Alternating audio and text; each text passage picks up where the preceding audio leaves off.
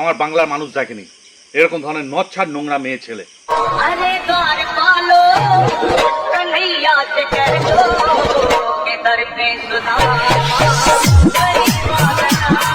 সুদামাকে খোঁড়াচ্ছ? সুদামা, সুদামার সাথে কৃষ্ণের কি সম্পর্ক ছিল জানো?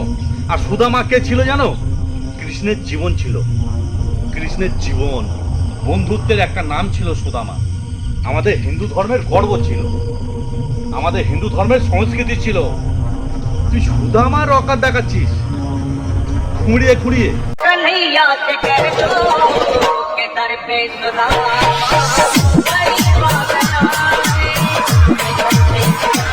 আচ্ছা বন্ধুরা, তোমাদেরও কি মানসিকতা, মানুষের চামড়া কি গায়ে নেই? এই সব নোংরা নির্লজ্জ মহিলার ভিডিও দেখো তোমরা, রাস্তার মাঝখানে ভাতারের বুকের উপর উঠে দাঁড়াচ্ছ, অন্য মানুষের সাথে রাস্তার মাঝখানে শুয়ে পড়ছো। তোমরা ভেবেছো সুদামাও সেরকম ধরনের কিছু নাকি?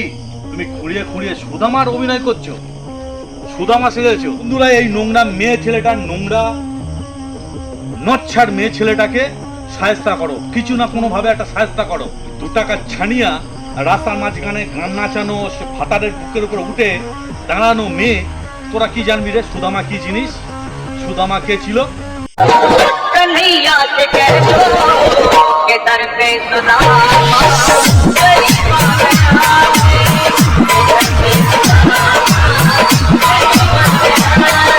বন্ধুরা, এই ভিডিওটা এমন ভাবে শেয়ার করো, এমন ভাবে সকলের কাছে পৌঁছে দাও যেন এইসব নচ্ছাড় মেয়ে ছেলেদের আইডিগুলো যেন নষ্ট হয়ে যায়।